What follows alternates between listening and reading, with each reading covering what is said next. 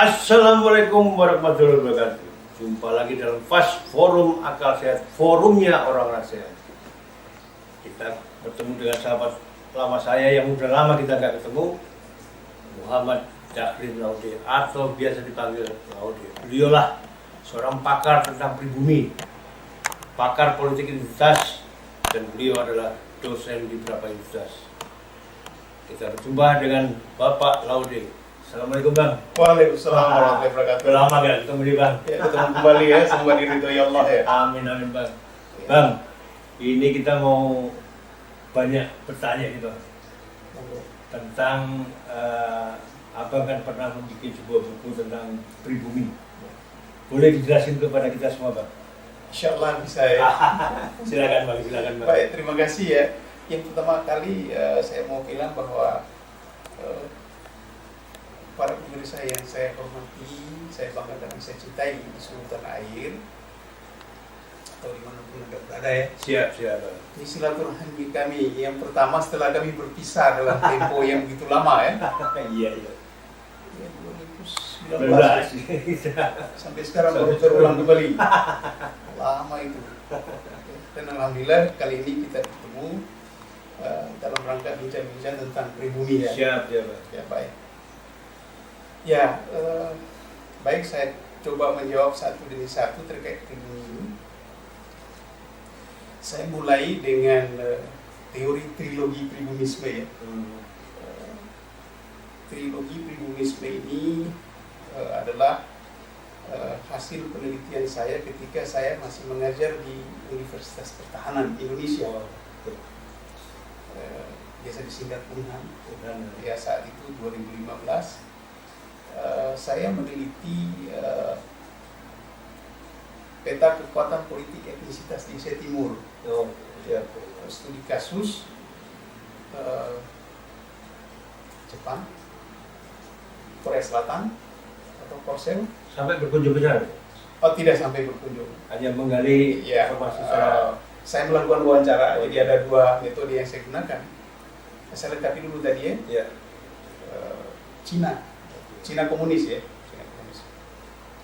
3 negara itu semua letaknya di Asia Timur.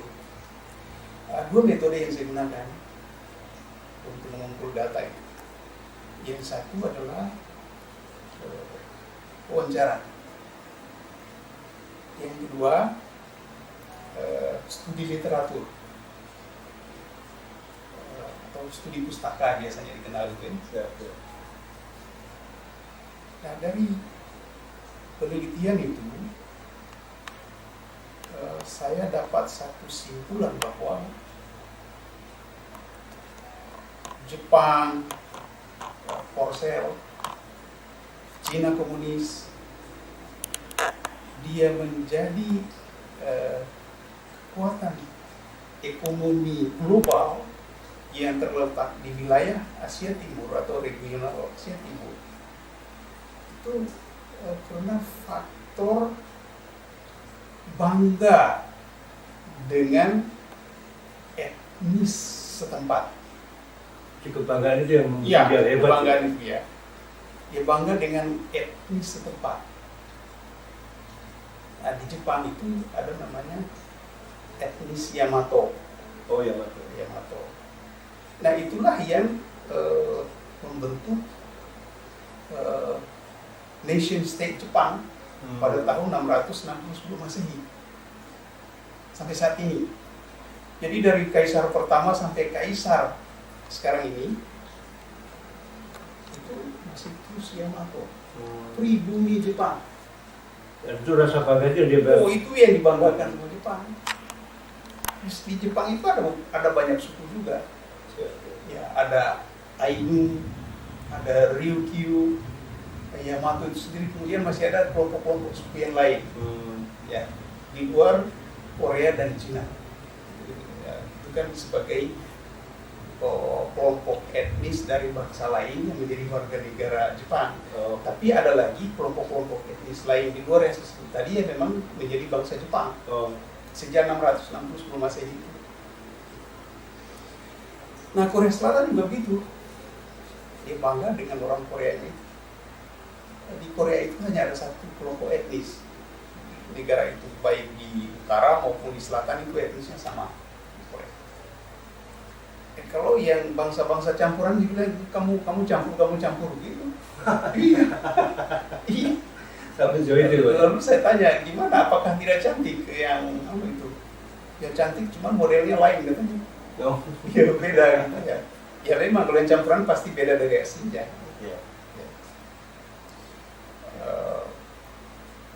Jadi kurang bangga dia dengan itu. Oh. Dia bangga dengan yang aslinya. Begitu juga Cina.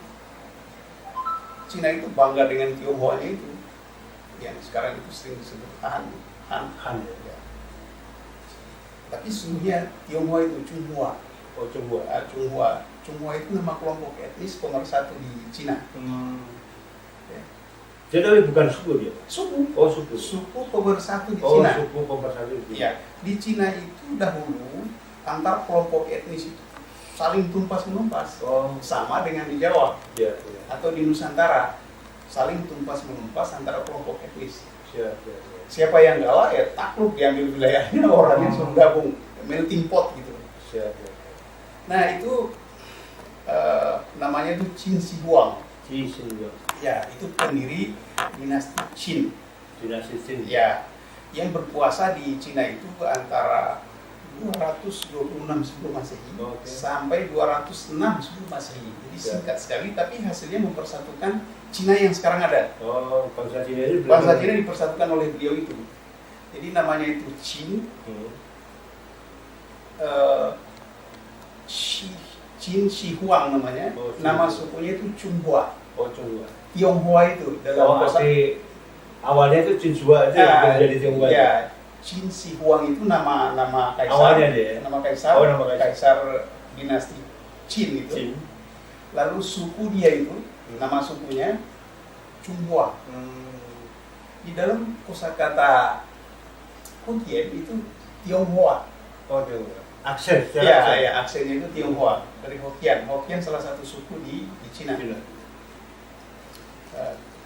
Tionghoa.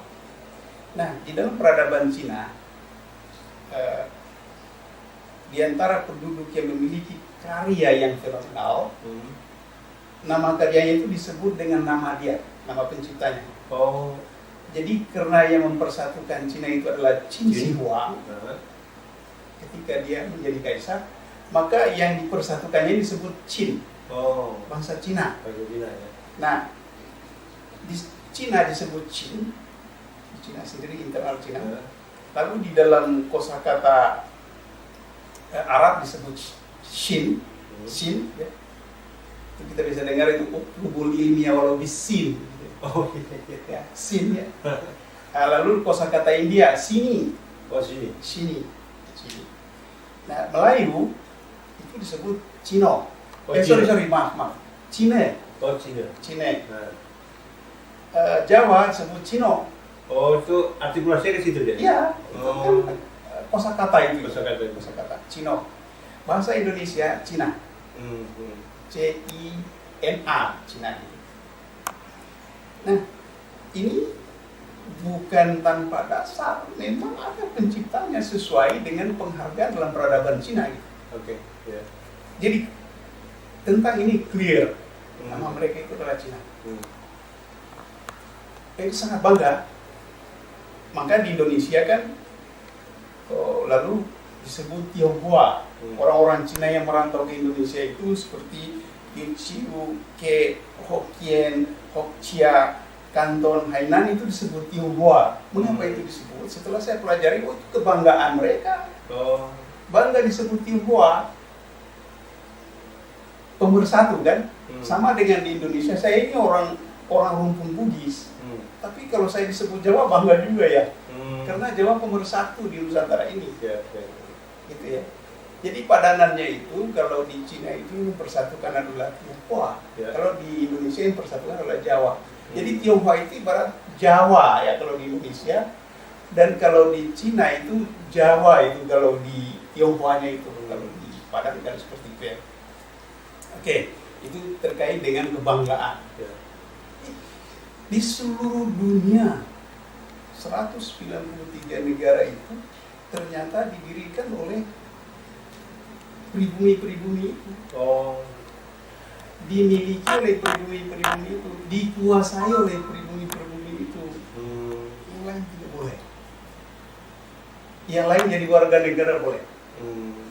Mengapa? Karena politik adalah kekuasaan diskriminatif atas bangsa lain atau suku lain. Kalau negara itu tidak untuk fungsi seperti ini, maka negara tak diperlukan. Apa negara itu? Kalau bukan untuk kegunaan seperti ini. Memang ketika kelompok-kelompok etnis dahulu mendirikan negara, memang mereka itu berharap supaya aman, tidak diganggu oleh kelompok-kelompok etnis lain. Lalu supaya bersama-sama maju, bersama-sama makmur. Lalu untuk mencapai tujuan bersama, adil kebersamaan, adil secara bersama-sama, makmur secara bersama-sama. Gitu. Nah, kemudian untuk mencapai ini, mereka mendirikan negara. Negara digunakan untuk mencapai kemakmuran ini. Jadi keadilan dan makmur dalam keadilan itu istilah dari Umar bin Hadi Kusuma, orang Sunda. Ya, waktu itu Pak Pres beliau. General itu. Nah, sangat terkenal. Jadi adil dan makmur itu masih kurang menurut beliau. Harus makmur dalam keadilan. Gitu ya. Jadi betapa pentingnya keadilan itu. Keadilan itu bukan berarti rata. Ya. Kalau rata itu bukan adil. Justru itu kesalahan dari keadilan. Keadilan itu berikan apa kepada siapa sesuai haknya. Kalau Anda itu dari kelompok etnis Jawa yang mempersatukan negeri ini, maka hak Anda lebih pembahagian Anda lebih besar dari negara ini dibandingkan dengan saya orang Sulawesi. Dan itu harus bisa diterima. Harus diterima. Adil kan? Keadilan sosial bagi seluruh rakyat Indonesia. Di dalam teori kita bilang alokasi ras. Jadi kalau jumlah penduduk orang Jawa itu 60% di Indonesia, maka tidak usah heran kalau di kabinet itu 60% adalah orang Jawa. Bahkan 70% pun tidak usah heran. Tapi itu adil nggak menurut Anda? Adil. Sesuai porsinya? Sesuai porsinya. Proporsional namanya itu. Proporsional. Ya, jadi gunakanlah kata proporsional itu sesuai maknanya. Itu proporsional seperti itu. Misalnya orang Bugis itu jumlahnya kan 1, berapa persen itu jumlah orang Jawa karena orang Bugis di Indonesia. Ya, dari sisi jumlah kelompok etnis menurut penduduk Indonesia menurut kelompok etnis, jika mau diambil rujukan keadilan dengan filsafat sosial tadi bahwa berikan apa kepada siapa sesuai haknya, ya berikanlah sesuai proporsi. Sekarang pengaruhnya identitas dengan nation itu seperti apa? Artinya rasa kebanggaan. Baik. Ya, ini penting.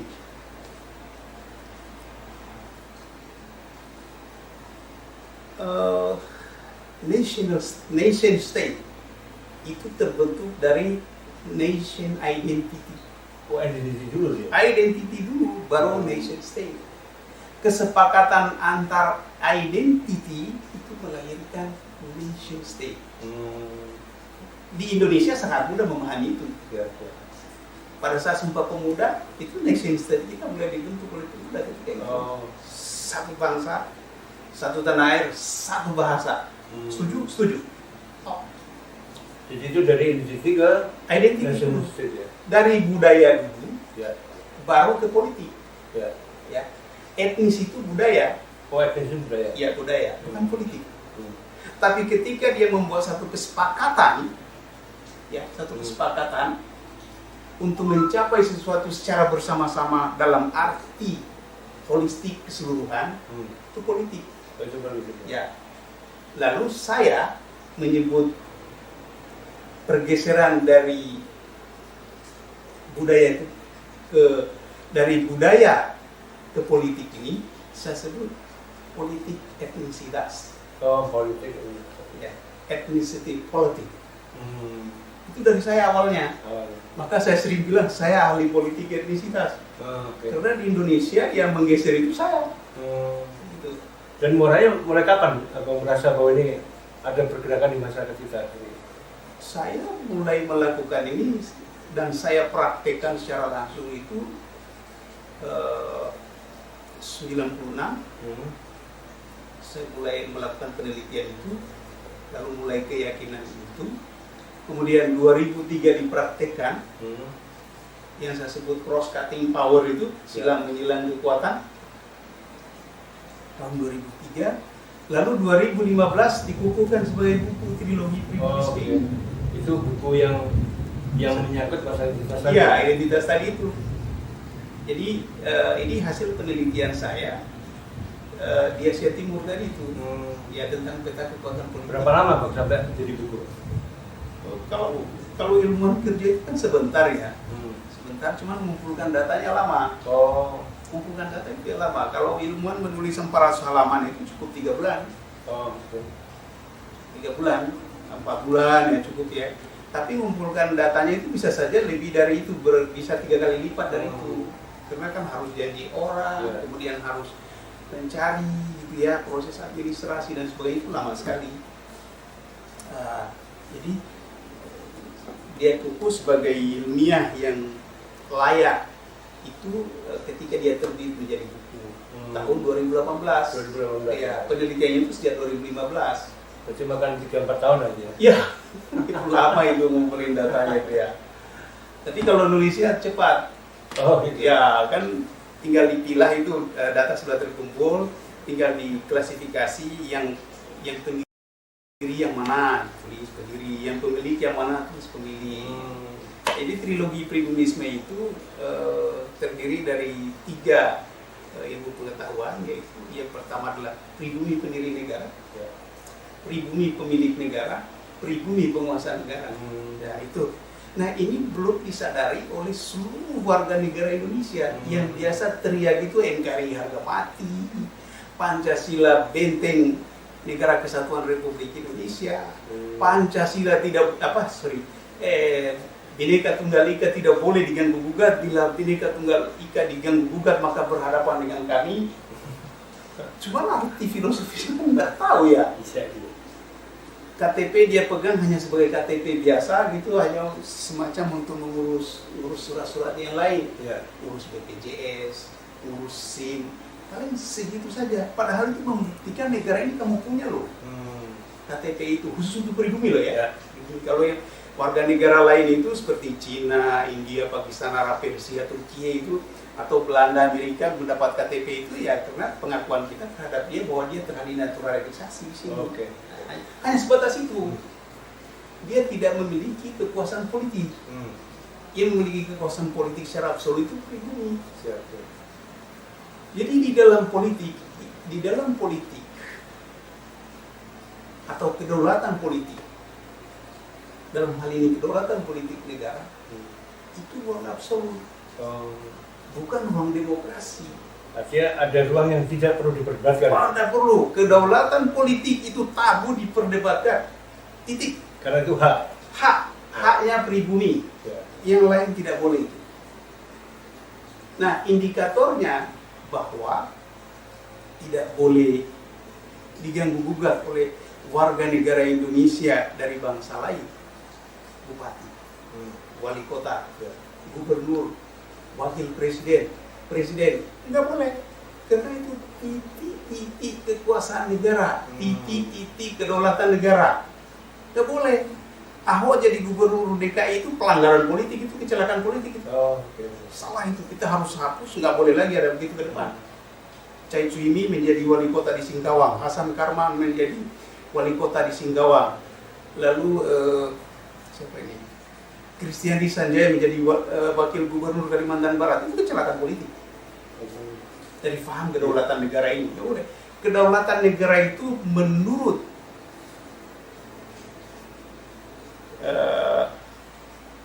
Rousseau, satu tidak boleh dibagi. Satu tidak boleh dicabut. Yang kedua tidak boleh dibagi. Ini kan di Indonesia sekarang dibagi nih. Iya, iya. Tidak boleh itu, Mas. Ini yang tidak difahami oleh politisi kita, khususnya hasil pemilu 1999 Ya. 2004. Kecelakaan terjadi kan di periode itu. Iya. Periode di mana PDIP menjadi pemenang nomor 1. Iya.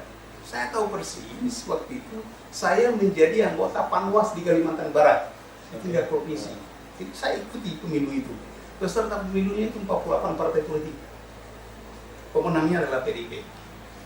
Tapi justru di era kemenangan PDIP itulah, dan di dalam pikiran saya PDIP itu ada Soekarno sih.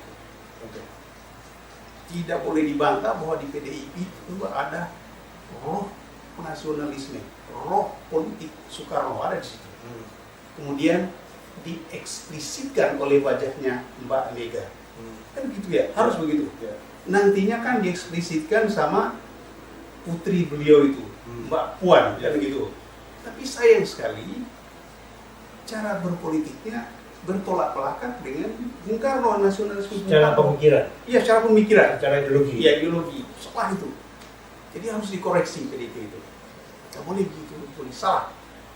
Kalau deh dengan kondisi yang Bapak gambarkan, apakah bisa Bapak dikatakan yang sering dia berbahasa-bahasa ya Pak? Iya. Intoleran, radikal, pemikiran-pemikiran ini kan banyak dimelencengkan sama mereka. Apa tanggapan Pak? Gini, yang pertama gitu ya, yang pertama ada dua jawaban nih. Nah, karena ini kan Ya. Bapak secara konsep akademisi kan? Iya. Jawaban pertama ya, intoleran itu sudah menjadi budaya orang Indonesia. Tidak perlu lagi orang di Indonesia itu diajari toleran. Bung Karno lah gurunya itu. Contohnya itu Bung Karno itu, kalau toleran itu. Ya. Toleran sesama kelompok etnis di Indonesia. Toleran kepada agama-agama yang berbeda-beda di Indonesia. Ya. Toleran kepada suku-suku bangsa yang berbeda-beda di Indonesia. Ya. Toleran kepada bangsa-bangsa lain yang mau menjadi warga negara Indonesia, gitu. Dan diusir-usir itu orang-orang yang tinggal di era penjajahan, kemudian setelah mereka lalu harus diusir, tidak dijadikan warga negara. Ya. Itu kemudian di dalam kehidupan kerajaan Kutai, kerajaan Sriwijaya, kerajaan Majapahit, kerajaan Singasari, kerajaan Kediri, ya, lalu kerajaan di Madura itu yang dipimpin oleh Arya Wiraraja, itu kehidupan toleran itu di sana sudah ada. Tahun 300 Masehi kita sudah toleran, itu sudah ada. Jadi bangsa Eropa kalau soal toleran belajarlah sama Indonesia. Malah harusnya dia belajar. Harus belajar sama Indonesia. Bukan kita belajar keluar. No, salah. Kalau belajar sama Eropa tentang toleran itu salah. Islam dimaki-maki di sana. Oh iya. Kristen kan besarnya di Eropa. Ya. Vatikan itu yang kendalikan ya, untuk Katolik. Ya. Untuk Protestan ada Inggris, Ya. ada Jerman. Tapi di Indonesia semua agama-agama itu hidup bahagia, tentram dan damai kan. Apa itu bukan toleran yang mulia? Ya. Ya. Tidak bisa mengalahkan Indonesia dalam bertoleran itu. Bung Karno, Hatta, Syahrir, Yamin sudah mengajarkan semua. 3 Minang, 1 Jawa. Jawa campur Bali. Soekarno itu. Jadi toleran Indonesia itu sumber kasusnya di Indonesia banyak sekali. Artinya negara luar harusnya belajar. Harus belajar. Bhinneka Tunggal Ika itu contoh dari toleran itu. Itu karya dari orang Jawa, dari Singasari kok itu awalnya. Tapi sebelumnya itu sudah ada di Sriwijaya. Nah di Singasari itu kan pemerintahnya itu menganut Hindu. Ya. Lalu kemudian masuk lagi Buddha. Ya konflik. Diselesaikan sama rajanya. Ya sudah, beda itu ya satu itu. Hindu dan Buddha memang dua agama yang berbeda, tapi kan kita satu. Jadi dia bilang beda itu, satu itu. Ya itu beda akhirnya menjadi Bhinneka Tunggal Ika itu. Nah, kemudian Toto tentram lah kerajaan Singasari itu setelah melontarkan ide seperti itu. Lalu ngurusi agama sendiri, Hindu ngurusi sendiri, Buddha ngurusi sendiri, tapi hidup dalam satu kesatuan pemerintahan kerajaan Singasari. Nah itu diikuti oleh Majapahit, diikuti oleh NKRI saat ini. Dan sebelumnya sudah diikuti juga oleh kerajaan-kerajaan Islam di Nusantara pasca runtuhnya Majapahit. Nah gitu. Jadi sekali lagi saya mau ulangi, bangsa Eropa jangan ajari Nusantara bertoleran ya. Belajarlah di sini, kasusnya banyak sekali. Ya mungkin dia kasusnya mengambil kasus-kasus perang antar suku di Eropa misalnya begitu ya, perang antar bangsa di Eropa misalnya begitu.